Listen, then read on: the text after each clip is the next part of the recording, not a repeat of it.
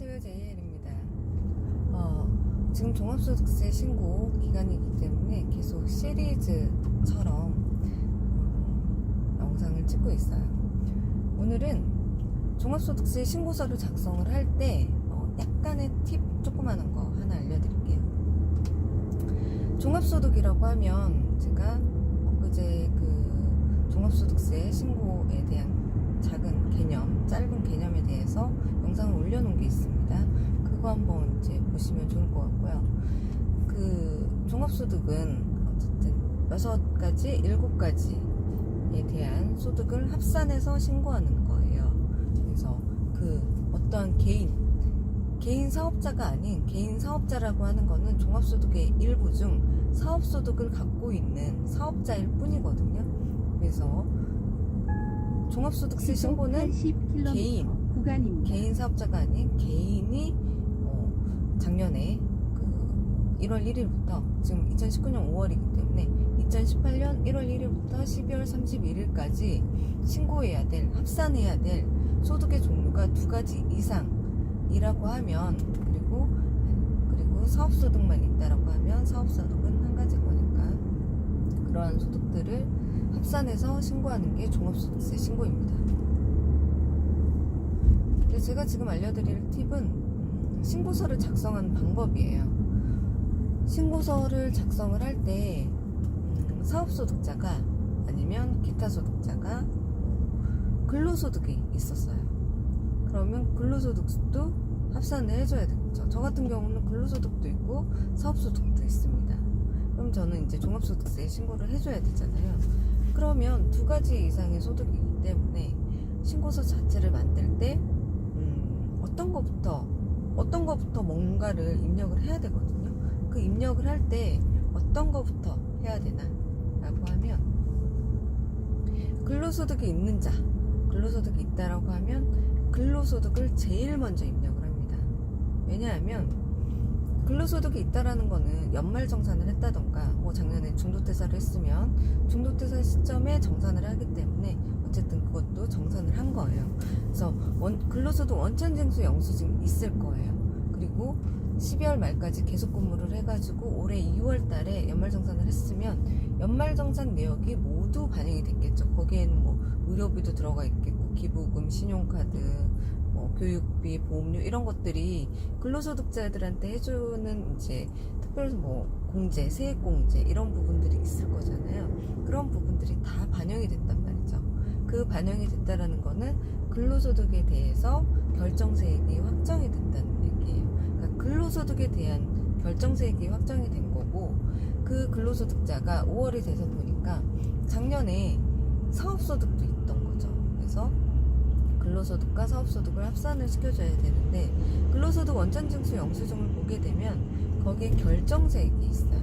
그래서 종전근무지, 현근무지에서 원천징수한 세액이 아니라 그 근로소득 원천징수 영수증 상에 결정세액이 있거든요. 그 부분이 종합소득세 신고할 때 기납부세액으로 들어가게 됩니다. 그래서 어쨌든 근로소득 정산을 했더니 소득금액이 얼마였고 그거에 대한 결정세액이 기납부세액이 얼마였다라는 거를 이번 종합소득세 신고 때 반영을 해주는 거죠. 근데 아까 이제 소득공제, 특별소득공제, 세액공제 이런 부분들이 있다라고 하면 이미 반영을 했기 때문에 그것도 이번 종합소득세 신고 때 같이 반영을 해줘야 되잖아요. 근데 타소득이 있게 되면 종합소득금액이 근로소득금액과 사업소득금액이 합쳐져서 종합소득금액이 되고 그거에 대한 그 산출세액이 달라지면서 과세표준이 달라지면서 세율이 달라지고 산출세액이 달라지게 됩니다. 그러면 연말정산을 했던 그 근로소득 원천징수 영수증을 정확하게 입력을 해줘야 되잖아요. 그런데 근로소득이 있을 때 타소득 먼저 입력을 하고 근로소득을 입력을 하게 되면 그 연말정산 했던 그 입력된 것들이 제대로 반영이 됐는지 내가 확인할 수가 없어요. 그래서 제일 먼저 할 거는 근로소득 원천징수 영수증을 그대로 프로그램에다가 반영을 해주는 겁니다. 그리고 거기에는 이제 종합소득세 신고서에는 근로소득의 그 총급여액, 필요 경비, 그 필요 경비는 근로소득 공제가 되겠죠. 거기에 근로소득 금액이 얼마고 기납부 세액이 얼마고 해서 원천징수된 세액을 반영을 해주는데, 그 소득공제 받은 부분들이 뭔지 그것들은 소득공제신고서에다가 반영을 해줄 거예요. 그러면 그 소득공제 신고서에 반영을 할 거면 거기에다가 정확히 입력을 해줘야 되겠죠. 그래서 소득공제 신고서도 입력을 해줍니다. 그런 다음에 종합소득세 신고서에서 그 소득공제 부분을 불러오기를 하게 되면, 소득공제 신고서에 내가 근로소득자의 그 원천징수 영수증을 보고 입력한 그 내용들이 종합소득세 신고서의 소득공제 부분으로 불러와지게 되는데, 그렇게 했을 때 기납부 세액까지 반영을 하고, 저기 이제 종합소득세 신고서의 마지막 탭에 그 세액을 계산하는 부분이 있는데, 거기에서 추가 납부 세액이 없어야 돼요. 없거나 10원 이하의 원 단위 이하로 떨어져야 돼요. 근데 뭐 100원 이상으로 산출세액이 나온다던가, 산출세액이 아니라 추가 납부할 세액이 나온다던가라고 하면 내가 뭔가를 입력을 좀 잘못한 거예요. 이게 조금 더 쉽게 반영이 되면 좋은데 약간 수기로 해줘야 될 부분이 있어서, 그래서 그거를 다른 타소득 먼저 입력을 하게 되면 내가 그걸 검증하기가 조금 힘들어서 근로소득을 먼저 반영을 해줍니다. 그래서 그게 이제 10원 이하로 원 단위로 산출세액 납부할 세액이 나오면 그거는 잘 반영하신 거예요. 근데 그렇지 않다라고 하면 신고서를, 소득공제 신고서를 다시 한번 보시고 세액공제 부분이 잘 되어 있는지, 세액공제 부분, 왜냐면 근로소득 세액공제는 우리가 재계산을 해줘야 돼요. 그래서 그 부분이 잘 반영이 됐는지 신고서를 다시 보세요. 그렇게 해서 10원 이하의 원 단위가 나온다라고 하면 잘 반영이 됐기 때문에 그 다음 소득을 입력을 해주면 됩니다. 이 순서를 몰라가지고 이거 했다 저거 했다 해버리게 되면 그 신고서를 내가 믿을 수가 없어요. 왜냐면 금액은 나오긴 나오겠죠. 근데 이 산출세액이 정확하게 잘 나온 건지는 확인이 좀 어려워요. 근로소득이 있을 경우는. 근로소득은 그 소득공제 받는 부분이 또 이제 별개로 있고 하다 보니까 그렇습니다. 근데 환급이 나올 수도 있어요. 왜냐면 원천징수 영수증상에 있는 소득공제 부분들을 다 반영을 하고 했는데, 간혹 국민연금 같은 경우, 건강보험 같은 경우 또한 그런 부분들이 종합소득세 신고 안내문에 국민연금 부분은 기재가 되어 있거든요. 그 금액하고 원천징수 영수증상의 그 국민연금 금액하고 안 맞단 말이죠.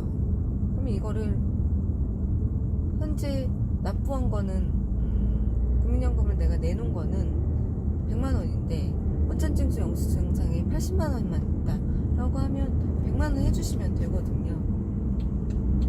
그렇기 때문에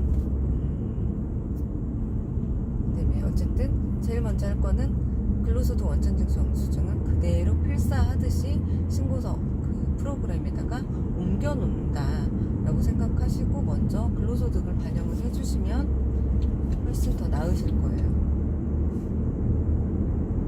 이거는 업무 팁입니다. 이거를 몰라서 헤매는 경우가 너무 많기 때문에 저도 이거를 5년차 이상 돼서 제가 하다가 이제 5년차 이상 되니까 업체가 많아졌잖아요. 그러다 보니까 근로소득이 계속 문제가 되는 거예요. 어렵고. 그래서 근로소득 합산이 있으면 차라리 그냥 일반적인 사업소득만 있으면 더 괜찮은데, 더 쉬운데, 어쨌든 결산 다 했고 세무조 정도 다 끝났으니까. 근데 근로소득이 있으면 얘를 합산시켜줘야 되는데 내가 잘했는지 정확히 모르겠는 거죠. 그래서 하다 보니까 이거 이렇게 하면 좋겠구나 라고 한 거예요. 그래서 이거는 실제 이번 종합소득세 신고 업무 팁이기 때문에 즉시 반영을 하셔도 되고, 요거는 제가 스터디 할 때, 종소세 특강 할 때 모두 했던 것들이에요. 이 영상을 끝까지 보셨으면 좋겠네요. 네, 제가 지금 종소세 신고 관련해가지고 영상 올리는 것들은 다 현재 종합소득세 신고하고 정말 완전히 연결이 될 거니까 끝까지 영상을 보시면 좋을 것 같습니다. 그래서 여기까지 봐주신 분들 신고 잘 하시고요. 네, 화이팅 하세요. 감사합니다.